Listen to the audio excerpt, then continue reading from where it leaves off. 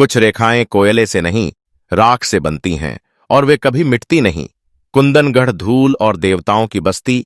यह गांव उतना ही प्राचीन था जितनी किसी पूर्वज की सांस। पगडंडियों पर गायों के खुर और समय के निशान साथ साथ चलते थे। पर आज गांव की हवा में कुछ अलग था। पुरानी दीवारों पर अचानक रंग उभरने लगे थे, पर ये रंग किसी बच्चे की शरारत नहीं थे। ये रंग आंखों से नहीं, आत्मा से बोले थे। कुछ दीवारों पर स्त्रियां थीं जिनकी आंखों से आंसू गिरते थे। कुछ दीवारों पर पुरुष जो जलते अग्निकुंड से भाग रहे थे। गांव वालों ने कहा, चितेरियां लौट आई हैं। चित्रा, उस रहस्यमयी लड़की का नाम जो पिछले 2 साल से न जाने कहां चली गई थी। चित्रा एक 20-22 साल की लड़की गांव के बाहर एक टूटे कच्चे मकान में अकेली रहती थी। वो ज्यादा बात नहीं करती, पर उसकी आंखें बोलती थीं। गांव के लोग उसे थोड़ा डरते, थोड़ा मानते थे। कहते थे वो दीवारों से बातें करती है और रात को आग में चलती है, और सच कहें तो उसके बनाए चित्र डराते भी थे। एक दीवार पर उसने लिखा था, मैं अधूरी हूं, तुम कब लौटोगे। किसे संबोधित था? ये नयन शुक्ल, एक युवा लेखक, दिल्ली से कुंदनगढ़ आया था। कहता था, नई किताब के लिए शांत जगह चाहिए, लेकिन उसकी आंखों में कुछ और ही तलाश थी। कुछ पुराना, कुछ खोया हुआ। वह जब कुंदनगढ़ पहुंचा तो सबसे पहले जिस चीज ने उसे रोक दिया वो एक पुरानी दीवार थी जिस पर चित्रा ने एक स्त्री का चेहरा बनाया था। उस चेहरे में भय, प्रेम और अधूरापन था। लेकिन जो बात सबसे ज्यादा हैरान करने वाली थी, वह चेहरा हूबहू वैसा ही था जैसा वह अपने पिछले उपन्यास की नायिका के रूप में लिख चुका था। बिना कभी चित्रा से मिले नयन ने अपने सहायक रघु से पूछा, ये दीवार किसने बनाई? रघु बोला, चित्रा पर वो अजीब लड़की है। गांव वाले कहते हैं आग में पैदा हुई थी, उससे मत उलझना। नयन मुस्कुराया, मैं लेखक हूं। रघु उलझे बिना कहानी नहीं मिलती। उसी शाम वह चित्रा के घर पहुंचा। घर की दीवारें राख जैसी थीं। एक चूल्हे में बुझी आग की गंध फैली थी। भीतर चित्रा बैठी थी, लकड़ी की दीवार पर कोयले से एक चेहरा बना रही थी। जैसे ही नयन ने कदम रखा, उसने बिना पीछे देखे कहा, आप आ ही गए। नयन चौंका, तुम जानती थी मैं आऊंगा? हां, क्योंकि मैंने आपको पहले भी देखा है। कहां? भटनागर हवेली में, जब मैं आग में जल रही थी और आप मेरी ओर दौड़ रहे थे। नयन स्तब्ध, पर मैं कभी उस हवेली में नहीं गया। चित्रा ने उसकी ओर देखा। उसकी आंखों में कुछ ऐसा था जो आत्मा को भी खोल देता है, जैसे बहुत वर्षों से कोई उस पल का इंतजार कर रहा हो। आप वहां नहीं थे, इस जन्म में नहीं, लेकिन आपने मुझे खींचा था। उस आग से आप ही थे, आप ही हैं। नयन ने घबराकर बाहर निकलना चाहा, लेकिन चित्रा ने दीवार पर बनी एक पुरानी स्केच की ओर इशारा किया। वो उसी की छवि थी, नयन की वर्षों पहले वाली, बिना किसी रंग के, लेकिन बिल्कुल वही मैंने ये बचपन में बनाई थी, और तब मैं आपको नहीं जानती थी। उस रात नयन को नींद नहीं आई।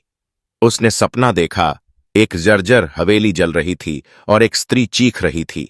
वो भागता है उसे बचाने, और जैसे ही उसकी हथेली स्त्री के हाथ से छूती है, सब राख हो जाता है। अगली सुबह वह गया भटनागर हवेली। गांव से कुछ मील दूर एक टूटी हवेली, जिसके बारे में लोग कहते हैं वहां रात को चूड़ियों की खनक आती है और कभी कभी कोई चीखता है जैसे फिर से जल रहा हो। हवेली में घुसते ही नयन को लगा जैसे हवा भारी हो गई हो। वहां एक जले हुए मंदिर की तरह सन्नाटा था और हर ईंट जैसे कोई कथा सुनाना चाहती थी। हवेली के पुराने कमरे में उसे एक धूल भरी संदूक मिली। उसने खोला। उसमें थी एक जली हुई स्केचबुक। उसके पहले ही पन्ने पर लिखा था, अगर तुम ये पढ़ रहे हो तो मैं फिर जल चुकी हूं, लेकिन मैं अधूरी मरना नहीं चाहती थी, इसलिए मैं लौटूंगी और तुम्हें पहचान लूंगी। राख की रेखाओं से कुछ ताखे यादें नहीं रखते, वे समय को पकड़कर रखते हैं। भटनागर हवेली की दीवारें उस रात भी सर्द थीं, जैसे बरसों से सूरज ने इन्हें छुआ ही न हो। हवेली के एक कोने में टिका था एक टूटा ताखा, और उसके भीतर कुछ जली हुई चूड़ियां, आधा पिघला हुआ दीपक और राख में दबा एक लोहे का ताबीज। नयन ने ताबीज उठाया। उस पर हल्के से शब्द उभरे, चित्रा। वो घबरा गया। उसकी सांसें भारी होने लगीं। ये कैसे हो सकता है? ये ताबीज तो उसी के नाम का है। तभी हवा की एक लहर आई और साथ में एक बहुत ही धीमी सी रुदन की ध्वनि, और फिर वही लड़की की चीख जो उसने सपनों में सुनी थी। कुंदनगढ़ लौटकर नयन सीधे चित्रा से मिला। उसने ताबीज उसके सामने रखा। चित्रा कांप गई। उसका चेहरा पीला पड़ गया। यह ताबीज मेरी मां का था। वो इसी हवेली में काम करती थीं। क्या तुमने मुझे कभी यह बात पहले बताई थी? नहीं, मुझे लगता था कि आप विश्वास नहीं करेंगे। नयन गंभीर हो गया। चित्रा, तुम्हारे और मेरे बीच कुछ है जो जन्मों से बंधा है। चित्रा ने नीचे देखा और धीमे स्वर में बोली, एक बात बताऊं, मुझे बचपन से आग से डर लगता है, लेकिन हर बार जब मैं चित्र बनाती हूं वो जलने लगते हैं। लोग कहते हैं ये अभिशाप है, पर मुझे लगता है ये कोई याद है। उसी शाम नयन ने गांव के पुजारी पंडित मलखान से मिलने का निश्चय किया। मलखान एक धूर्त राजनीति में माहिर पुरोहित था। उसकी उम्र 60 के पार थी, लेकिन चाल ढाल अब भी चुपचाप शिकारी जैसी। नयन ने पूछा, पंडित जी, भटनागर हवेली में वर्षों पहले क्या हुआ था? मलखान ने आंखें मिचकाकर देखा। तुम बाहर से आए हो बाबू, ये बातें मत कुरेदो। वो हवेली देवियों की पूजा की जगह थी। एक रात आग लगी और लोग कहते हैं वो आग मानव नहीं कर्मों से लगी थी। उस रात एक लड़की जिसका नाम शायद चित्रा ही था, वो वहीं जली थी। क्या वो कोई विशेष पूजा थी? अग्निव्रत, जहां कन्याएं ब्रह्मकन्या बनती थीं, पर किसी ने प्रेम कर लिया, और प्रेम देवताओं के नियम तोड़ता है। नयन का दिमाग घूम गया। चित्रा की मां अग्निव्रत की कन्या थी जिन्होंने प्रेम किया और उसी रात जलकर मर गई। क्या चित्रा उसी मां की बेटी है? क्या उसका जन्म स्वयं अग्नि से हुआ था? और क्या वह प्रेम आज फिर से उसी पुनर्जन्म में जागा है?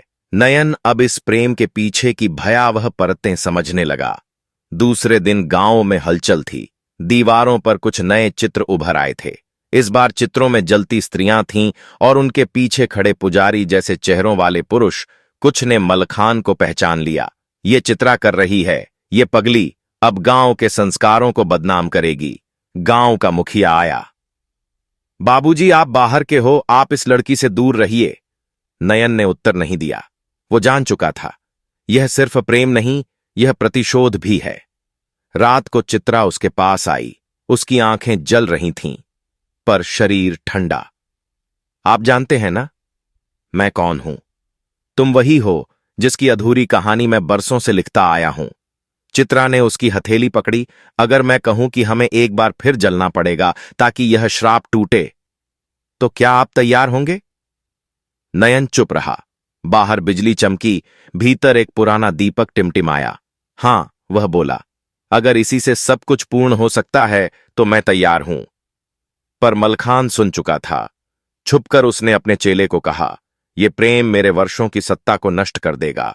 इस बार आग हम लगाएंगे, मगर वो प्रेम की नहीं, साजिश की होगी। कुछ परछाइयां सिर्फ दीवारों पर नहीं होती, वे आत्मा के भीतर गिरती हैं। कुंदनगढ़ की सुबह कभी इतनी भारी नहीं होती थीं, लेकिन आज हवा में राख तैर रही थी। नयन ने जैसे ही दरवाजा खोला, उसके पांवों तले कुछ सरक गया।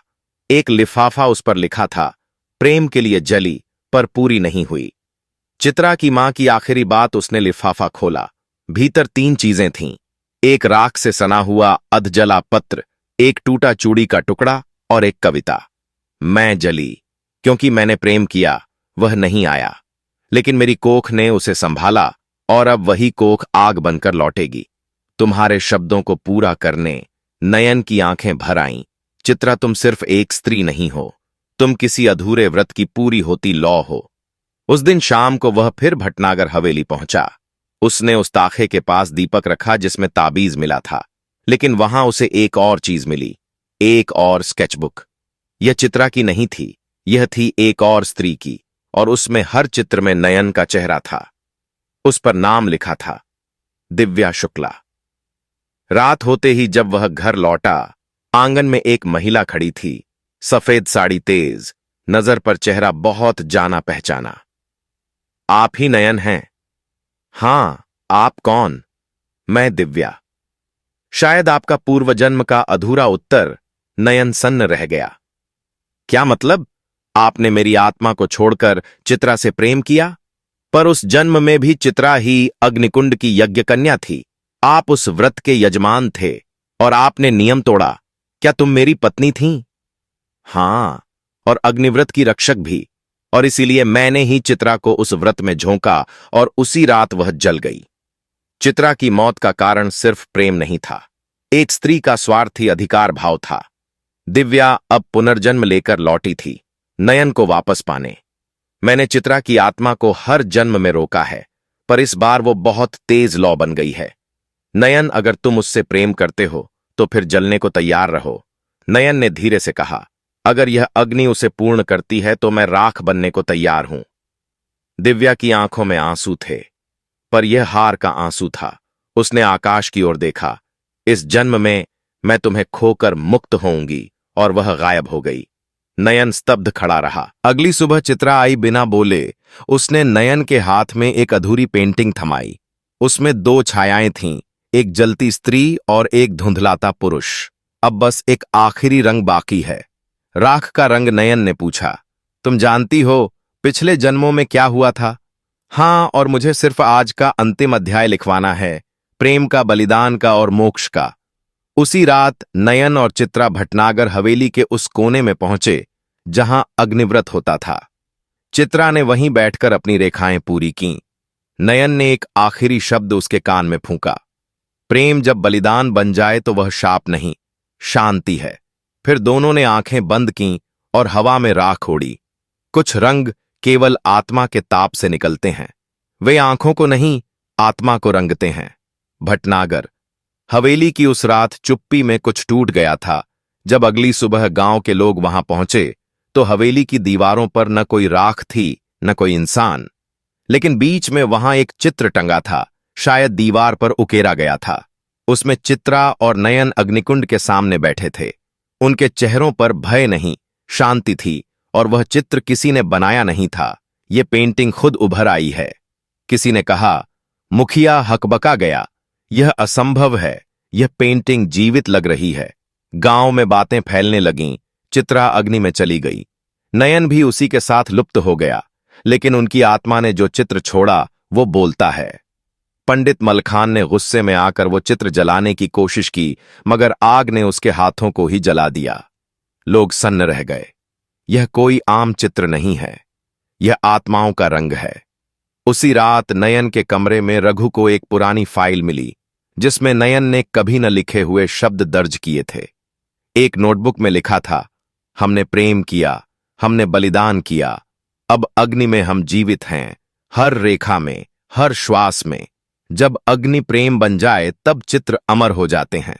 रघु रो पड़ा, सर आप हमें लिखना नहीं सिखा रहे थे, आप प्रेम करना सिखा रहे थे। कुछ दिन बाद गांव की एक लड़की कंचन को रेखाएं बनाने की प्रेरणा हुई। उसने पहली बार दीवार पर वही चित्र बनाया जो कभी चित्रा ने बनाया था। गांव वालों ने उसे रोका नहीं, बल्कि मलखान की जगह अब रेखाओं की पूजा होने लगी, और कुंदनगढ़ में पहली बार चित्रा का नाम व्रत की देवी की तरह लिया गया। और नयन वह कहीं नहीं था, पर उसके कमरे की एक खाली दीवार पर धीरे धीरे एक नई पेंटिंग उभर रही थी। इस बार उसमें सिर्फ एक स्त्री का चेहरा था, पर उसकी आंखों में वो सब था जो नयन ने कभी लिखा था, और नीचे लिखा था, शब्द जल सकते हैं पर प्रेम नहीं। गांव के बच्चे अब उस हवेली को डर की नहीं, कला की जगह मानते थे। वहां चित्र बनाए जाते, दीप जलते, लोग कहते, ये हवेली अब राख की नहीं, रंगों की हवेली है। कुंदनगढ़ के आकाश में एक शाम किसी ने दो पक्षियों को साथ उड़ते देखा, एक सफेद एक लाल, और किसी पुरानी स्त्री ने धीरे से कहा, देखो चित्रा और नयन फिर से उड़ रहे हैं। कुछ आवाजें चीख नहीं होती, वे रुक गईं, स्याही की तरह पन्नों में सांस लेती हैं। कुंदनगढ़ अब बदल गया था। जहां कभी दीवारों पर राख जमती थी, वहां अब रंग उगते थे। जहां हवेली को शाप कहा जाता था, वहां अब लोग प्रार्थनाएं करने लगे थे। पर एक शख्स ऐसा था जिसकी आत्मा अभी भी जल रही थी। पंडित मलखान, उसका हाथ जल चुका था, उसकी प्रतिष्ठा राख हो चुकी थी, पर उसके भीतर एक और आग सुलग रही थी। प्रतिशोध की वो पेंटिंग, मेरी हार है, पर अगली राख मैं खुद बनाऊंगा। उसने अपने चेले राघव से कहा, इसी बीच रघु नयन का सहायक अब अपने गुरु की जगह लेने की सोचने लगा था। वह अकेले नयन के कमरे में बैठता, उसकी अधूरी नोटबुक्स पढ़ता और चित्रा की उभरी हुई रेखाओं को देखता। एक रात उसने पाया नयन की एक स्केचबुक में कुछ लिखा हुआ उभरने लगा था। स्याही जैसे खुद ब खुद चल रही थी। उसमें लिखा था, रघु, अगर तुम ये पढ़ रहे हो तो जानो आग अभी पूरी नहीं बुझी है। मलखान फिर से छल करेगा।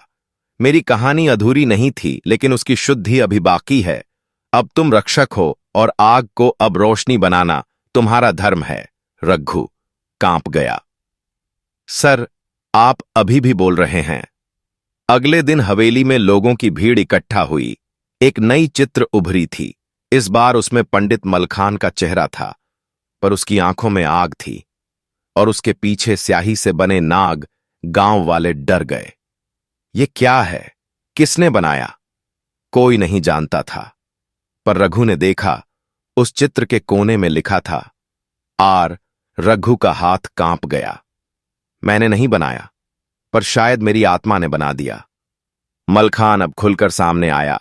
उसने गांव में घोषणा की, चित्रा और नयन की आत्माएं अगर पवित्र हैं तो वे अग्निकुंड में फिर प्रकट हों, वरना यह सब मोह और भ्रम है। लोग असमंजस में पड़ गए। क्या यह सच में आत्मा का रंग था या कोई सम्मोहन? रघु ने निर्णय लिया। अकेले भटनागर हवेली पहुंचा। उसने वही दीपक जलाया, वही ताबीज धारण किया और स्केचबुक अपने सामने रख दी। अगर आप अब भी यहां हैं तो मुझे संकेत दीजिए। कुछ देर तक सब शांत रहा। फिर हवा चली और स्केचबुक के अगले पन्ने पर खुद ब खुद लिखा गया, रघु, अग्निकुंड में वह ताखा खोलो जहां राख में एक चेहरा दबा है। वहां मेरी आखिरी कविता है और वही तुम्हारी अग्नि परीक्षा। रघु ने ताखा खोला। वहां एक राख के नीचे एक जली हुई कविता थी, जिसे केवल दीपक की लौ में पढ़ा जा सकता था। जिसने प्रेम में जलना चुना वही पुनर्जन्म पा सकता है। अग्नि को रोकना नहीं, उसे दिशा दो। रघु की आंखों में आंसू थे। अब मुझे समझ आ गया सर, आपने ये कहानी मेरे लिए अधूरी छोड़ी थी ताकि मैं इसे पूरा करूं। अगले दिन पंडित मलखान फिर एक नई चाल लेकर आया। मैं हवेली को फिर से बंद करवा दूंगा। अग्निव्रत का अंत यहीं होगा। लेकिन इस बार रघु खड़ा हुआ। उसने पूरी पंचायत के सामने नयन की स्केचबुक, ताबीज और कविता पढ़ी और फिर बोला, यह सिर्फ प्रेम की कहानी नहीं है, यह सच्चाई की लौ है। और अगर आज भी कोई उस अग्निकुंड में झूठ डालना चाहेगा तो यह रंग उसे भस्म कर देंगे। मलखान का चेहरा पीला पड़ गया। उस रात भटनागर हवेली में फिर से एक नई रेखा उभरी। इस बार चित्रा और नयन नहीं, रघु और एक नई युवती कंचन खड़े थे और नीचे लिखा था, अग्नि विरासत बनती है। अगर प्रेम सत्य हो, कुछ दरवाजे बंद नहीं होते। वे बस इंतजार करते हैं कि कोई सही आत्मा उन्हें फिर से खोले। भटनागर हवेली की दीवारों पर अब रोज कोई न कोई नई रेखा उभर आती थी। गांव में लोग मानने लगे थे, यह सिर्फ चित्रा और नयन की आत्मा नहीं, बल्कि सत्य की इच्छा है जो रंग बनकर लौट रही है। पर एक आत्मा थी जो अब भी प्रेत की तरह भटक रही थी। पंडित मलखान, उसने ठान लिया था, मैं अब हवेली को आग नहीं लगाऊंगा। मैं उसे तोड़ दूंगा ताकि वो झरोखा हमेशा के लिए बंद हो जाए जहां से प्रेम सांस लेता है। मलखान ने गांव के गुंडों को इकट्ठा किया। रात के अंधेरे में वे लोग हथौड़े और कुल्हाड़ी लेकर भटनागर हवेली पहुंचे। पहला वार हुआ, दीवार टूटी। दूसरा वार वो ताखा टूटा जिसमें नयन की स्केचबुक छिपी थी। तीसरे वार पर एक तेज चीख गूंजी। पूरा गांव कांप गया। अग्निकुंड में राख उड़ने लगी और हवेली की दीवारों पर सैकड़ों चेहरों की पेंटिंग उभर आई, जिनमें स्त्रियां, लड़कियां और कुछ अधजले पुरुष थे। हर चेहरा मलखान को देख रहा था। फिर अचानक हवेली के बीचों बीच एक झरोखा खुला। वह झरोखा सालों से बंद था। एक छोटी सी पत्थर की खिड़की, उस झरोखे से लौ निकली और भीतर से चित्रा की आत्मा प्रकट हुई। सफेद ज्योति अधूरी रेखाओं से बनी हुई, पर शांत उसके होंठ नहीं हिले। पर आवाज पूरे गांव में गूंजी, यह हवेली अब तुम्हारी नहीं रही। मलखान, यहां अब अग्नि नहीं, सत्य जलता है। जो प्रेम को कुचलना चाहता है वह अब राख भी नहीं बन पाएगा। मलखान पीछे हटने लगा। उसके हाथ कांपने लगे, आंखें सफेद होने लगीं। वह जमीन पर गिरा और बुदबुदाया, मैंने उसे जलाया था, चित्रा की मां को, क्योंकि वह व्रत तोड़ रही थी, क्योंकि उसने मुझे ठुकराया था। गांव स्तब्ध रह गया। वह पंडित नहीं था, वह अपराधी था। मलखान ने अपनी अंतिम सांस उसी झरोखे के नीचे ली जहां से चित्रा की आत्मा उसे देख रही थी, और फिर झरोखा बंद हो गया। लेकिन अब वह दरवाजा नहीं रहा, वह दीपक बन गया। रघु और कंचन ने मिलकर हवेली को नया नाम दिया चित्रालय। अब वहां हर साल राख पर्व मनाया जाता था, जहां गांव की स्त्रियां अपनी पुरानी अधूरी इच्छाओं को दीवारों पर चित्र बनाकर छोड़ जातीं, और पुरुष उन्हें मिटाने नहीं सहेजने आते। रघु को एक दिन एक नई स्केचबुक मिली। सिर्फ एक पन्ना लिखा था, उसमें प्रिय रघु, अब यह अग्नि तेरी है। अब तू लिख पर राख से नहीं प्रेम से हस्ताक्षर। नयन और चित्रा आत्माओं की स्याही से वर्षों बाद एक लेखक गांव में आया। उसने हवेली देखी, रेखाएं देखीं और पूछा, इस चित्रालय की पहली रचना किसने की थी? रघु मुस्कराया। दो आत्माओं ने एक झलकर अमर हुई, दूसरी लिखते लिखते अमर हो गई। कुछ कथाएं दीवारों पर पूरी होती हैं और कुछ आत्मा के भीतर गिरकर। अब कुंदनगढ़ को लोग दूर दूर से देखने आते थे, पर वो हवेली जिसे कभी शाप माना गया था, अब कला का मंदिर बन चुकी थी। चित्रालय दीवारों पर कोई दीवार न रही, कोई ताखा न जर्जर। हर जगह रेखाओं ने आत्माएं ओढ़ ली थीं। रघु अब सिर्फ नयन का सहायक नहीं था, अब वह उस अग्नि कथा का वारिस था। उसने नयन और चित्रा की स्मृति में एक पुस्तक शुरू की, नाम रखा राख की प्रेम कथा। पर यह कोई आम किताब नहीं थी। इसमें हर पृष्ठ के साथ एक चित्र जुड़ा था, जिसमें स्याही से नहीं, राख और गुलाल से रंग भरे गए थे। उसने किताब का पहला पन्ना खोला और लिखा, प्रेम कभी पूरा नहीं होता, वह सिर्फ अग्नि में परिपक्व होता है, और अग्नि कभी डरावनी नहीं होती। अगर तुमने आंखें बंद नहीं की हों। चित्रालय में पहली प्रदर्शनी का आयोजन हुआ। देश विदेश से कलाकार, कवि, पत्रकार और आग से डरने वाले लोग आए, और जैसे ही सबने दीवारें देखीं, कमरे में सन्नाटा छा गया, क्योंकि वहां चित्र नहीं थे, भावनाएं थीं। हर रेखा कांप रही थी, जैसे अब भी जीवित हो। कुछ ने कहा, हमने पेंटिंग नहीं देखी, हमने प्रेम को महसूस किया। रघु ने मंच पर आकर एक घोषणा की, आज से इस चित्रालय का हर एक चित्र किसी न किसी स्त्री की अधूरी आवाज है, और हम सबका धर्म है उन्हें पूरा करना, उन्हें बांटना, ताकि कोई चित्रा अग्निकुंड में न झोंकी जाए। लोग खड़े होकर तालियां बजाने लगे।